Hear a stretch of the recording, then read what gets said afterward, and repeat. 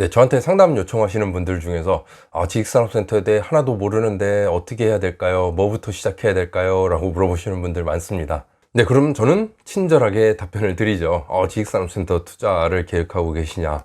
일단 뭐 어느 정도의 자금을 가지고 어느 정도의 투자 기간을 생각하고 있으며 본인이 원하는 투자는 뭐 시세 차익인지 뭐 안정적인 임대 수익인지 뭐 이런 것 등을 먼저 물어보고요. 그 다음에 뭐 봐둔 지역이나 뭐 현장에 있는지를 확인을 합니다. 이런 부분들에 대해서 이제 확인을 한 뒤에 적합한 곳을 안내를 해드리고요. 그리고 그 주변에 이제 시세라든가 현장에 돌아가는 얘기들을 알려드립니다. 그리고 숙제로 이제 제가 말씀드린 부분이 맞는지 틀린지 확인해 보라고 안내를 해드립니다. 뭐 지식산업센터 투자가 뭐 대출 비율이 높다라고는 하지만 내 돈이 안 들어가는 건 아니죠. 들어갑니다. 그리고 그게 한두 푼이 들어가는 게 아닙니다. 그렇기 때문에 뭐 한두 번 뭐 연습한다, 공부한다 생각하고 쉽게 진입할 건 아니라는 거죠. 그래서 어느 정도는 본인이 지식산업센터에 대해 알아보셔야 될 거고 그 지역에 대한 내용들 반드시 숙지가 된 상태에서 진입을 하시라고 말씀을 드립니다. 그래야 뭐 본인이 어느 정도 투자에 대한 기준이 생길 거고 뭐 확신이 생길 거고요. 그리고 주위에서 하는 말들에 휩쓸리지 않을 거라는 거죠.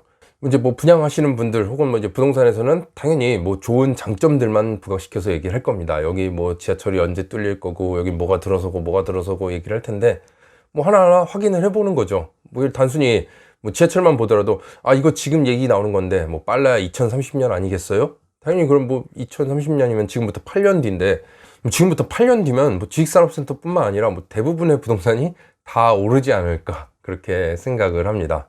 그래서 아예 그렇게 뭐 8년 뒤 10년 뒤를 보는 게 아니라 지금 당장을 놓고 보고 내가 짧게 뭐 투자한다 2, 3년 정도 본다 뭐 나는 5년 이내에 되팔 생각을 하고 진입을 한다 라고 했을 경우에 최적의 투자처가 지식산업센터인가 내가 하려는 이 지식산업센터가 그 중에서도 가장 나은 선택인가 이런 걸 이제 따져봐야 된다라는 거죠. 내 투자 목적과 자금 상황 이런 걸 다 고려해 봤을 때 가장 적합하면 하는 거고 이게 아니다 하면 더 나은 투자처를 찾아가는 거죠. 뭐 이건 상가가 될 수도 있고 오피스텔이 될 수도 있고 빌라가 될 수도 있고 뭐 지방의 아파트가 될 수도 있는 거죠. 항상 최적의 투자처를 찾기 위해 그리고 내가 하는 투자의 성공률을 높이기 위해 내가 시간을 투자하는 거고 공부를 하는 거고요. 이렇게 생각을 하셔야 되겠습니다. 그래서 이전 영상에서 지식산업센터 투자 실패 사례에 대해서 안내를 해드렸는데요. 오늘은 지식산업센터 투자에 실패하지 않으려면 어떻게 해야 되는지에 대해서 한번 안내를 해드리도록 하겠습니다. 네, 그래서 오늘 영상의 제목은 지식산업센터 투자 실패하지 않으려면이 되겠습니다. 그래서 첫 번째 방법으로는 서울권을 분양받는 방법이 되겠습니다. 서울권 지식산업센터 하면 대표적인 게 문정, 성수, 영등포죠. 이 세 군데 지역에 있는 지식산업센터를 분양받는 겁니다. 뭐 가격이 높다라고는 하지만 얼마든지 피가 형성돼서 거래가 되고 있습니다.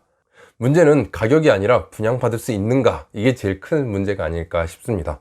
워낙 많은 분들이 서울권 지식산업센터를 분양받기 위해 애를 쓰고 있다는 거죠. 하지만 물량이 많지 않기에 더욱더 경쟁은 더 높아지는 거고요. 뭐 시세 차익 부분을 놓고 본다면 받을 수만 있다면 서울권 지식산업센터를 분양받는 게 가장 좋지 않나 그렇게 생각을 합니다. 뭐 같은 서울이라도 강서 지역은 아직 공실에 대한 부분이 좀 남아 있고요. 구로가산 지역은 메리트 있긴 하지만 뭐 산업단지이기 때문에 뭐 초보 투자자분들한테는 조금 어려울 수 있다라는 점. 뭐 그렇게 놓고 봤을 때 문정, 성수, 영등포가 가장 최적이지 않나 그렇게 생각을 합니다.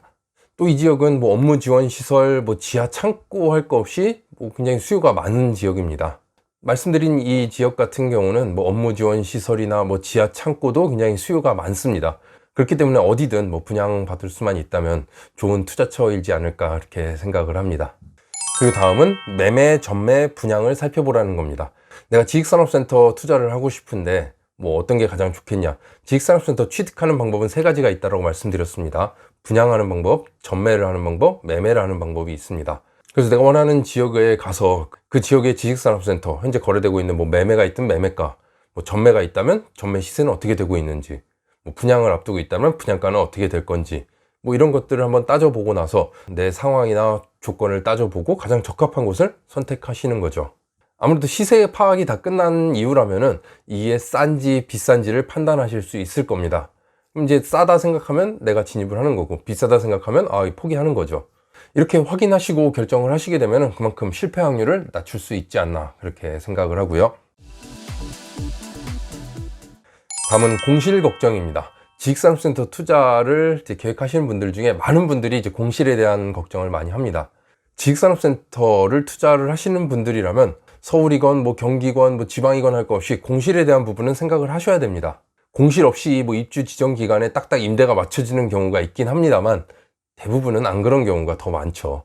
공실에 대한 부분이 너무 걱정된다, 나는 못 견딘다 하시는 분들은 지식산업센터 투자가 적합하지 않을 수 있겠고요.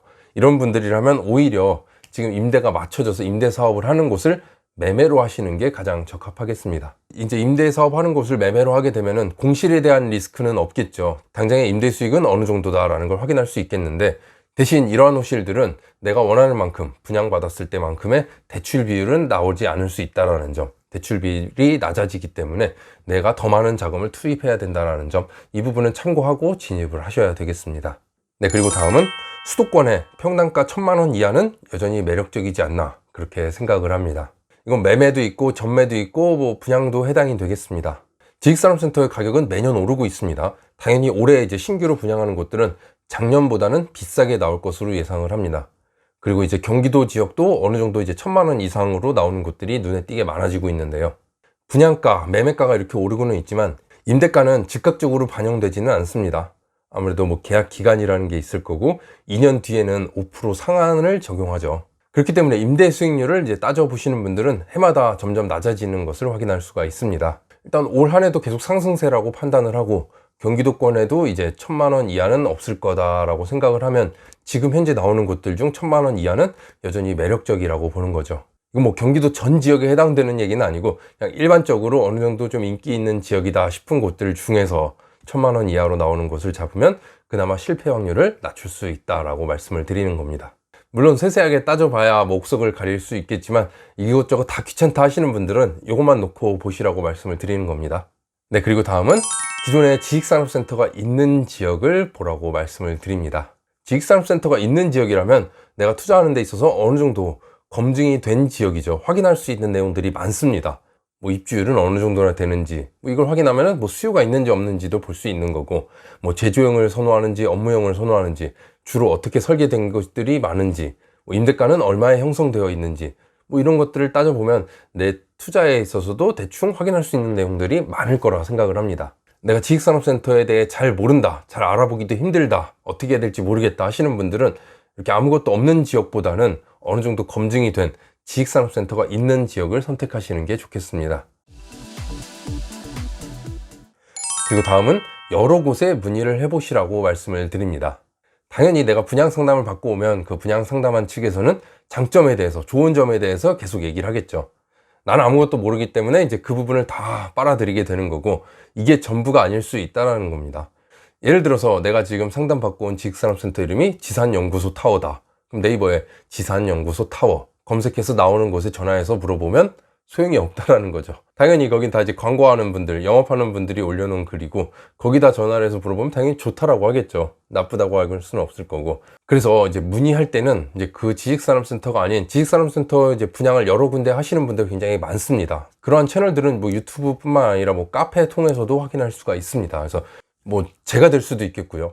뭐 여러 지식산업센터들을 이제 분양하는 곳들을 컨택을 해서 문의를 하시면 보다 이제 좀 객관적으로 제3자가 보는 입장에서 상담을 들을 수 있지 않을까, 그렇게 생각을 합니다. 모든 지식산업센터는 장점만 있지는 않습니다. 장점도 있고 단점도 있는데, 이제 장점이 조금이라도 더 많다라고 한다면 이제 고 하는 거고, 이제 단점이 눈에 띄게 많다라고 한다면 이제 스톱해야 되는 거죠. 이렇게 여러 채널에 이제 상담을 통해서 어느 정도 답을 듣고 나면은 이제 좀 더 판단하시는데 도움이 되지 않을까, 그렇게 생각을 합니다. 그리고 마지막으로 투자하지 않는 겁니다. 이거 뭐 우스갯소리를 하는 게 아니라 정말 진심으로 말씀드리는 겁니다. 내가 시간이 없고 귀찮고 잘 모르겠고 뭐 공부하기도 어렵고 뭐 잘 알아보기도 힘들다 라고 하시는 분들은 지식산업센터 투자하지 않는 게 투자 실패하지 않는 좋은 방법이 될 수 있습니다. 주변에서 본인을 위해서 이제 같이 뭐 투자를 하거나 조언을 해 주실 분이 없다 라고 하는 상황이라면, 거기다 내가 알아보기도 힘든 상황이다 라고 한다면 어떻게 보면 지식산업센터 좀 멀리하고 어느 정도 검증된 투자처를 할 수 있는 뭐 아파트나 오피스텔 쪽으로 가는 게 맞지 않나, 그렇게 생각을 합니다. 왜냐? 모르고 진입했다 실패한 사례들을 제가 많이 봤기 때문에 말씀을 드리는 겁니다. 지식산업센터 사업을 시행하는 측에서는 이제 본인들의 이제 자금이나 뭐 능력에 따라서 A급 입지에다가 시행을 하는 경우가 있고요. 뭐 B급 입지, C급 입지, D급 입지에다가 시행을 하는 경우도 있습니다.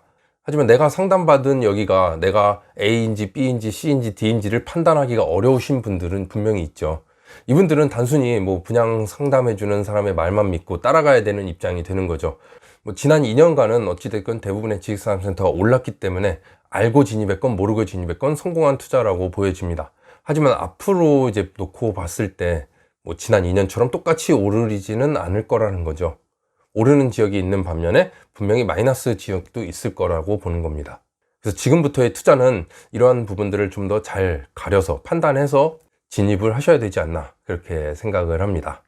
그래서 오늘은 지식산업센터 투자 실패하지 않으려면 어떻게 해야 되는지에 대해서 간략하게 안내를 해드렸습니다. 이건 정말 간략하게 확인할 수 있는 부분입니다. 좀 더 세세하게 본다 하면 볼 게 많은 거고요. 오늘 안내해 드리는 부분은 정말 최소한으로 내가 알아보기 힘들다면 이 정도는 알아봐라 라고 생각하는 부분들을 정리한 부분이니까 참고해서 보시면 좋을 것 같습니다. 오늘 영상은 여기서 마치도록 하겠습니다. 영상 유익하셨다면 구독, 좋아요 부탁드립니다. 감사합니다.